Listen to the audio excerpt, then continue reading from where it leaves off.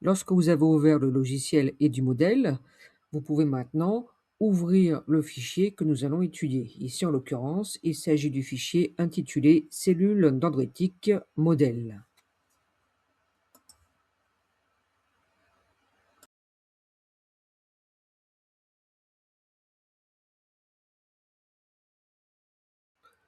Une fois le fichier ouvert, eh bien, vous pouvez afficher le graphique qui nous servira de référence.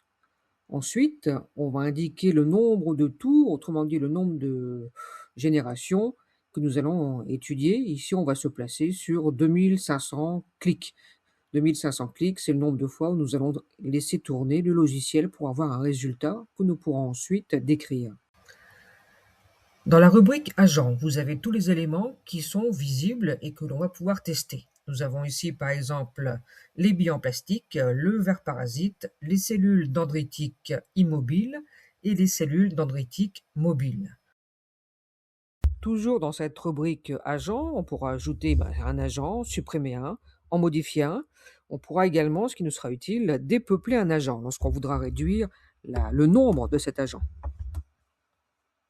Dans la rubrique règles, on peut justement indiquer au logiciel de quelle façon il doit réagir. Par exemple, ici, les réactifs, donc ce sont les éléments qui nous intéressent, les cellules dendritiques mobiles, lorsqu'elles rencontreront une bille en plastique, comment vont-elles réagir? C'est la colonne produit, les cellules dendritiques vont devenir immobiles et on retrouvera intactes les billes en plastique. Si maintenant on souhaite étudier la réaction de la cellule dendritique mobile avec le ver, donc on les place dans la colonne réactif, et par contre pour les produits, on indiquera que la cellule dendritique devient à son tour immobile. Par contre, on retrouvera intact le ver parasite. Pour étudier la réaction de la cellule dendritique lorsqu'elle rencontre la bille plastique, on sélectionne cette dernière et puis on lance la mesure dans l'animation.